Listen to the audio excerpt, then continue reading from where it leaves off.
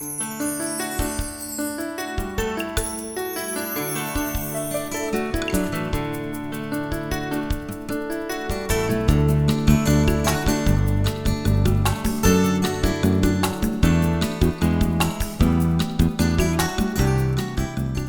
the city of Orem was incorporated in 1919, it was known for being covered in orchards and farmland and rich in agriculture.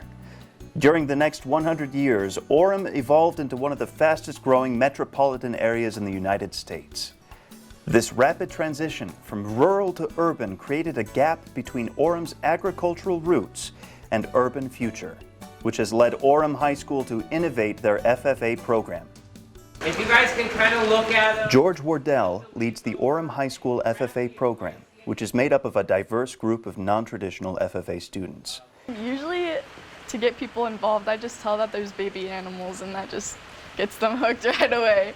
Because like if I say that they're farmers, people usually don't want to do stuff like that because they think like farmers are, you know, hillbillies. But then if you explain it more and all the fun stuff we do, then they usually want to join.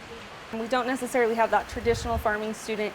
They're still involved in agriculture, they just don't know it yet. So that's kind of our job, to teach them that they're still a part of it, even if they don't feel like a cowboy or a farmer. We have 1,200 students at Orem High School, and 400 of them are in an ag program. I guess a third of the students have expressed interest in agriculture, and we're seeing them come back year after year. Many of these students have an urban background and are less familiar with the agriculture industry. This is all new to me. I'm pretty much like a city girl, so this is all pretty new.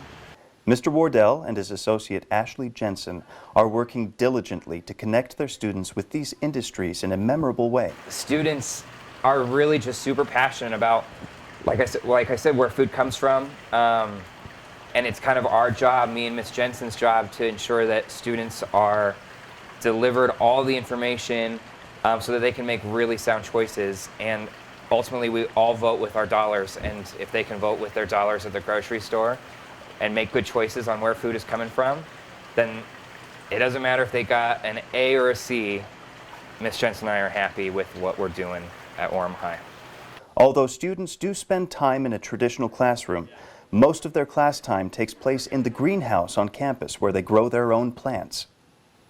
One of the main focuses of the program has been teaching urban students how to be involved in agriculture and grow plants and food in ways that work in an urban area. This has led to the development of an aquaponics system.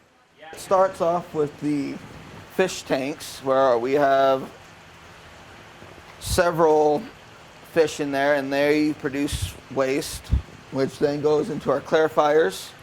The clarifiers kind of sorts out the heavier sediments in that, and the waste in that.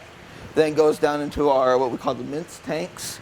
Those have beneficial bacteria and algae, which take the nitrogens, such as nitrates, nitrites, and ammonia, and turn them into a little bit more edible particles for the plants. It then goes into a degasser, which then just adds more oxygen in there and just keeps chlorine out of the water. It then goes into our raft beds, which the plants take up all the nutrients and comes out as filtered water for the fish. With the tremendous support of the Alpine School District and Orem High School administration, this program has grown exponentially. I love teaching agriculture because we can teach the people and educate them where things really come from. And I think then they tend to appreciate all that we're doing, you know, the things we're fighting to keep agriculture alive, to keep farm ground available. I like being involved in FFA because it teaches me new stuff. I get to learn where my food comes from, which I didn't know before, and I get to hang out with some pretty cool people. Mr. Wardell says that as the urban environment continues to grow in Utah, learning should be focused on what students can do in their own backyard.